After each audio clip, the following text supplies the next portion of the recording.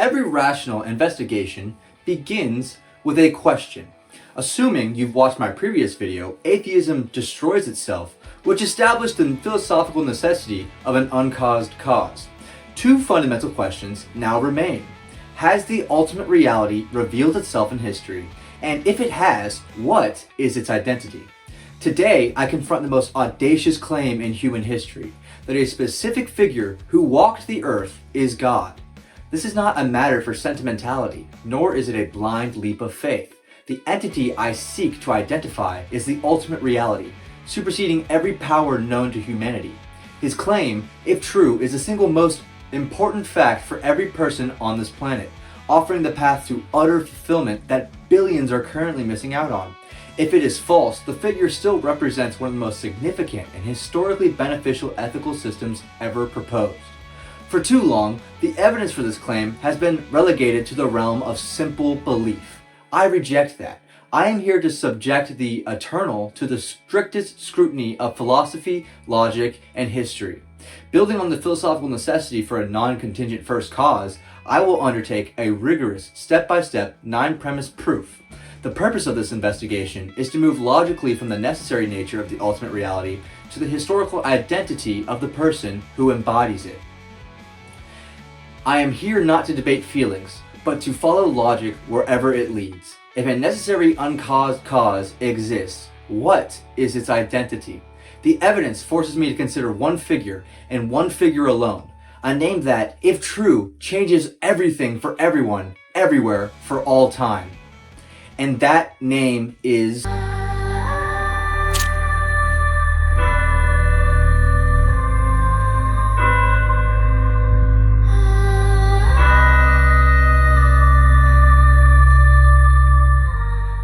The entire universe, all of space, all of time, and all of matter began with the event we call the Big Bang.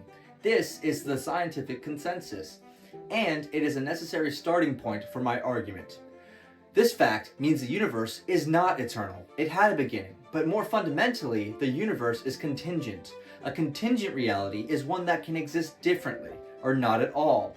The universe fulfills both requirements for contingency. It could have existed differently, and crucially, it underwent a radical change from its initial state to its current one. Logically, anything that begins to exist and/or undergoes a change must have a cause. This leads me to the crucial question: what caused the Big Bang? To be clear on the nature of the change that necessitates this conclusion, it is the fundamental transition from the initial hot, dense state, the singularity, to the currently expanded, structured, and cooling universe. This transition proves the universe is not a necessary being.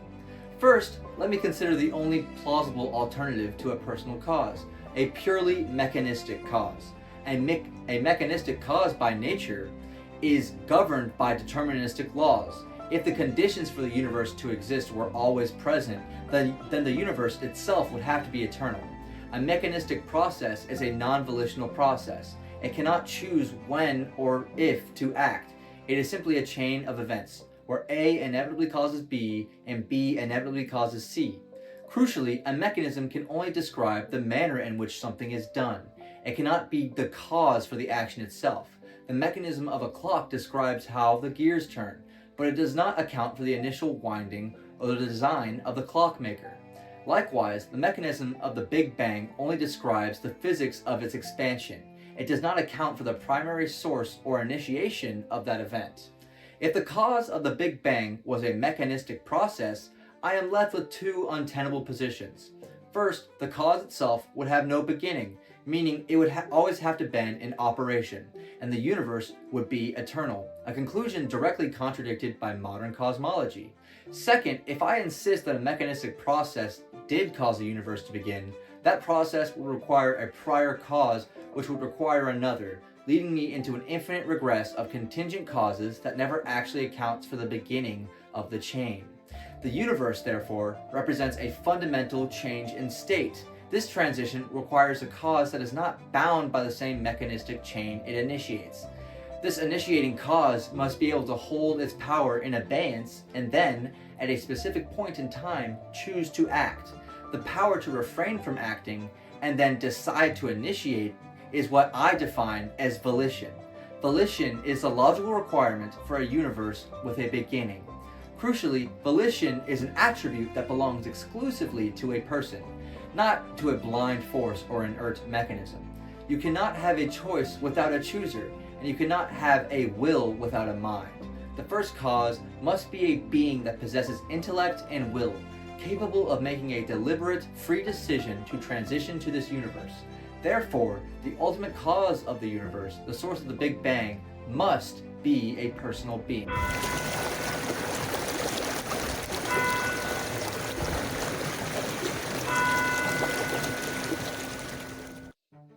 We have established that the first cause is a personal being with volition.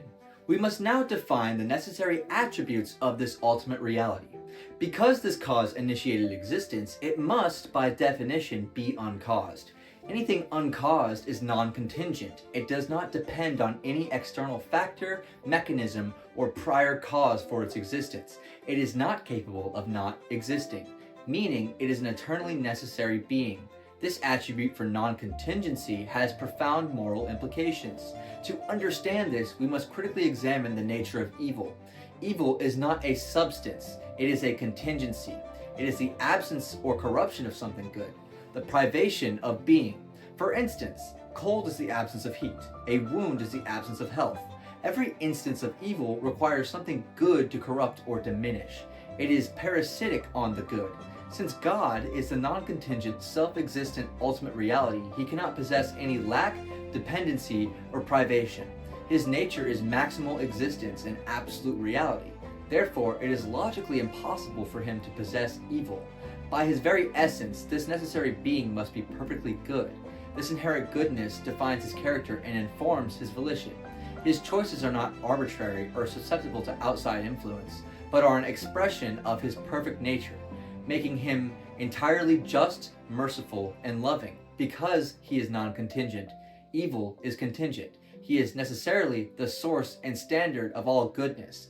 This establishes the very definition of God as not merely good, but goodness itself.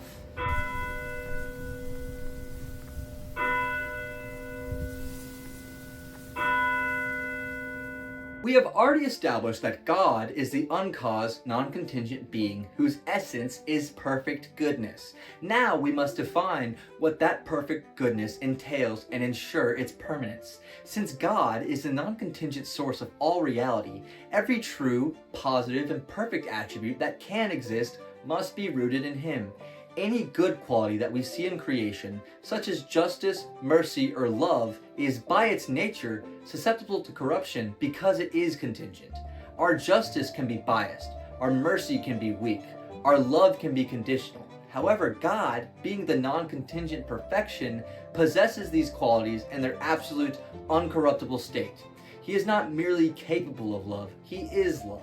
He's not merely just in his decisions, he is justice. Any good that can exist and be corrupted by nature, God possesses perfectly and necessarily. This maximal reality leads to the necessity of immutability, meaning God is unchanging. Any being that undergoes change must be contingent. It would require external forces to influence it or internal imperfections to drive development or decay. If God could change, that would imply a potential for movement away from his perfect attributes. If he could become less loving or less just, his existence would be flawed, making him contingent, which violates premise 2. Therefore, the perfect attributes of justice, mercy, and love are not temporary moods or reactions, but are eternal and constant aspects of his character. He has always been these things.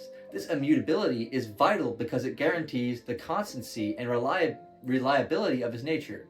We can trust in a God who is not only perfectly good, but is also perpetually and reliably so, securing the foundation of moral truth and the possibility of a stable, eternal relationship.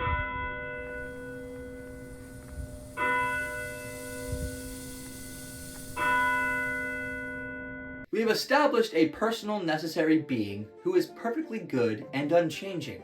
Now we must define his metaphysical boundaries. Since God is the first cause of all space, time, and matter, he cannot be dependent upon them. Therefore, God must be entirely immaterial, existing outside the physical dimension. This leads to the crucial attribute of non-compositionality. God cannot be made up of parts. Any being that is composite, made of separate pieces, would be contingent for two reasons. First, it would require a prior agent to force or assemble those parts, making it a created rather than uncaused being. Second, if God were composed of parts, he would depend on those parts for his identity, meaning the loss of a part would change him, which violates his immutability. Because God is the uncaused necessary being, he must be utterly simple and whole. His nature and his existence are one and the same. There is no separation between what he is and that he is. This simplicity and wholeness leads directly to his self-sufficiency. To be non-contingent means God does not lack anything. He is entirely complete unto himself. He is aseity. He does not need the universe, the laws of physics, or even us. His existence is not maintained by any external force. His perfection means his happiness, his love, and his entire being are found completely within himself, independent of creation. This ensures that the only reason he chose to create was out of overflowing generosity, not out of any need to satisfy a personal lack.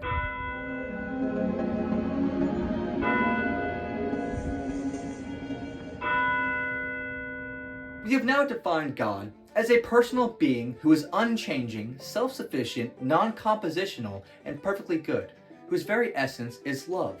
This constellation of attributes leads us to the logical necessity of the Trinity. Consider the dilemma of self-sufficient love. Love is inherently relational. It requires an object, a lover, a beloved, in a shared relationship. If God is eternally love, yet entirely self-sufficient, how can this love be perfected and complete within himself? If God had to create the universe in order to have something to love, his love would be contingent upon creation, and he would not truly be self-sufficient. This would violate premise 4. More critically, if God's relationality started when he created relational beings like humans, it would mean that he acquired a new attribute, relational existence that he did not possess before creation. This acquisition of a new property constitutes a change in nature, which is a direct violation of his immutability. God cannot change from a non-relational being to a relational one. Therefore, he must be eternally and necessarily relational. This relationship must exist within his non-compositional being. He requires an eternal Word or eternal Son to be eternally loved, and an eternal Spirit to be a shared essence of that perfect love. The members of this divine relationship are not separate parts, as God is non-compositional. Instead, they represent distinct, co-equal persons within the single unified Godhead. The Trinity is not merely a theological doctrine. It is a logical necessity required for a non-contingent, self-sufficient first cause to be fundamentally and eternally perfect love.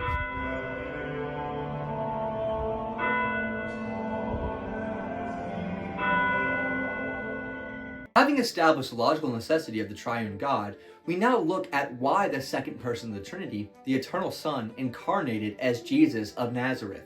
This reality is predicated on God's eternal decision to create free beings, whose freedom he prized over their perfect obedience.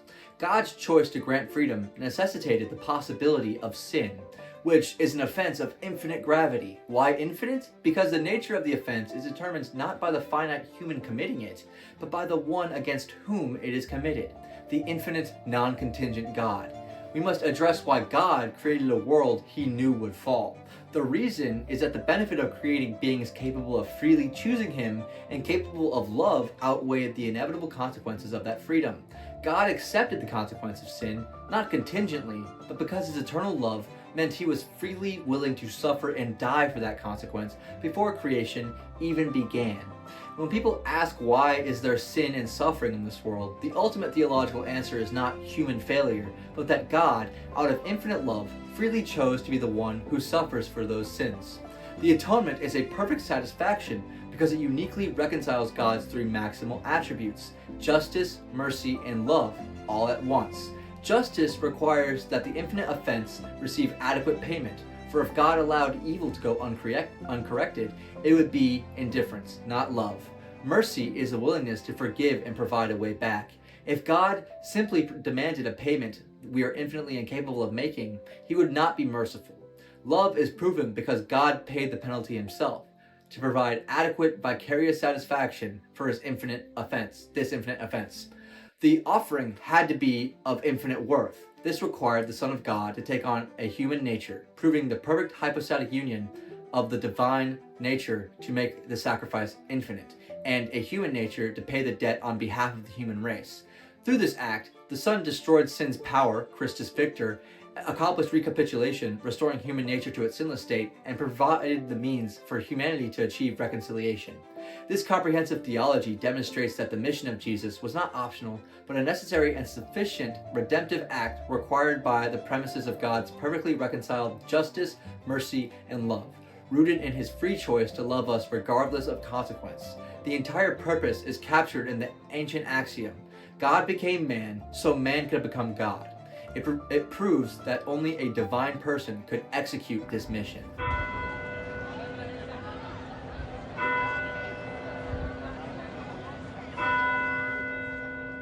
The claim that Jesus was a myth or a fabrication is simply not defensible under the scrutiny of historical and textual analysis. The assertion collapses under the overwhelming weight of evidence. First, consider the sheer abundance of early manuscripts. There are literally so many more manuscripts confirming the existence and accounts of the New Testament than there are for any other major historical figure of antiquity, including figures like Julius Caesar or Plato. Historians readily accept the existence of these ancient figures based on far fewer and far later textual sources than we have for Jesus. To apply a unique and unrealistic standard of evidence to Jesus while accepting others is an act of special pleading, not critical historical analysis. Second, the scholarly consensus across theology, history, and classics overwhelmingly confirms that a Jewish man named Jesus of Nazareth existed, taught in Galilee, was crucified under the Roman prefect Pontius Pilate, and had a following that quickly came to believe he was resurrected. This consensus is held by Christian, Jewish, and secular scholars alike. Third, we have extra-biblical sources. Non-Christian historians confirm the basic facts of his life and the immediate impact of his death. The Roman historian Tacitus, writing around 115 AD, explicitly mentions Christus as being executed by Pontius Pilate and notes the mischievous superstition that spread after his death. The Jewish Roman historian Josephus, in his Antiquities of the Jews, refers to Jesus as a wise man and teacher and discusses James, the leader of the Jerusalem church. Finally, the archaeological and chronological evidence for the early church is incredibly tight. Artifacts like the lead Nike lamina show early liturgical prayers and worship of Jesus as a divine being. This early worship, combined with a small time gap between events of Jesus' life and written records, confirms that his followers immediately believed in his divinity. To deny the existence of Jesus is not a display of academic rigor, it is a rejection of the most foundational principles of historical study and accepting survivorship bias.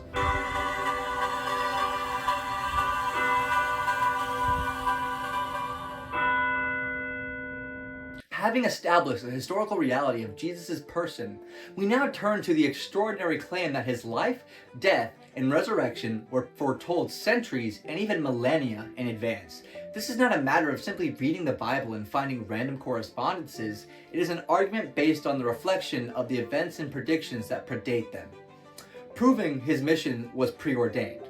We see this prophetic thread woven through the entire narrative of salvation history. Consider the very beginning in the Proto-Evangelium in Genesis 3:15, a prophecy made at the dawn of human written history, foretelling a victory over evil through the heel of a seed of the woman, a prediction of the eventual Messiah's paradoxical suffering and triumph. The density of this prophetic evidence makes accidental fulfillment statistically impossible. For instance, Psalm 110, written by King David, describes a divine, royal priest ruling at the right hand of God, a role far above a mere human king, confirming the Messiah's co-equal divine status. Even the subtle details are accounted for, such as the genealogy from Adam to Noah, which, when certain key Hebrew names are translated, literally tells a summary of how the messianic lineage and mission occurs. Man is appointed moral sorrow, but the blessed God shall come down, teaching that his death brings comfort and rest. This prediction, baked into the very structure of every biblical record, points to the atonement we discussed in premise 6. Furthermore, this prophetic evidence extends beyond the Bible itself. Extra biblical sources, like the Sibylline oracles dating to the 2nd century BC, contain verses that strongly suggest the coming of a messianic figure, demonstrating an expectation that existed in the broader world outside of Jewish religious text. The consistency, detail, and sheer volume of these prophecies, fulfilled in one individual, presents an overwhelming case. It strongly suggests that Jesus' life was not random, but the deliberate and precise execution of an eternal divine plan.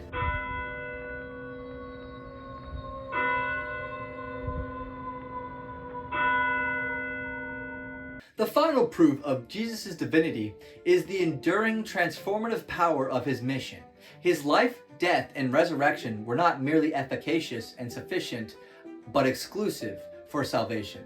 This power is evident on 3 distinct levels. His teaching transformed the individual's mind, body, and soul, which is personal efficacy. This transformation can be categorized as scholasticism, learning the faith and engaging in the mind; mysticism, the internal personal relationship with God achieved through prayer and grace; and charism, the outward expression of that inward love through serving others and serving God.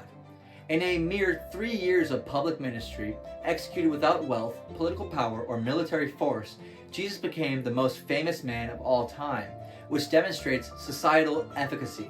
This rapid, overwhelming, and sustained influence is an extraordinary historical fact. He established a revolutionary moral framework that profoundly shaped global civilization, instituting concepts of human dignity, charity, and universal rights that were entirely foreign to the ancient world. Most powerfully, his mission conquered and withstood one of the most powerful forces of all time, the Roman Empire. The movement, started by a crucified carpenter, successfully eclipsed the military, political, and cultural might of the empire that sought to destroy it. The explosive and enduring success of his mission against the greatest secular power of the era proves as powerful proof of his divine authority and authenticity of his claims.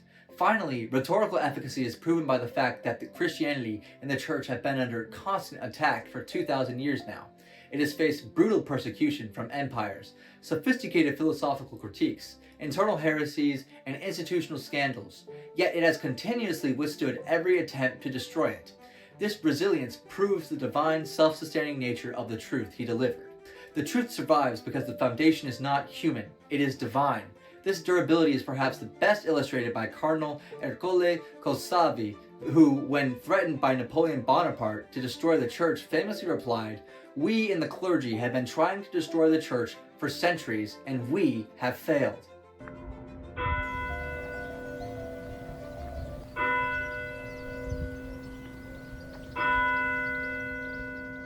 We began this journey by examining the necessary attributes of the first cause, moving from the need for volition to the logical paradox of self-sufficient love, an investigation that led us directly to the solution of the Trinity. We then crossed the divide into history, proving that the incarnation was a necessary act of justice and mercy, that Jesus was a verifiable historical figure who fulfilled centuries of prophecy, and whose ultimate efficacy is proven by the resilience of his mission. The conclusion is not simply an opinion, it is the inevitable result of a logical argument. The attributes of the personal, non-contingent, unchanging, self-sufficient, and eternally relational God established in premises 1 through 5 find their only fulfillment in the historical reality of Jesus of Nazareth defined in premises 6 through 9. He is the only historical figure whose life solves the infinite philosophical and moral problem established by the universe. The necessary cause of all existence is the person who willingly suffered and died to fulfill his own justice and mercy. You are left with a choice: to acknowledge the logic of this conclusion, or to find an error in the 9 premises that is greater than the collective weight of philosophy, history, and theology. The truth stands. What's next? To those who maintain that Scripture does not explicitly call Jesus God, stay tuned for the next video. It is a critical part 2 to this philosophical proof, where we will examine the scriptural basis for the divinity of Christ and silence the objection once and for all.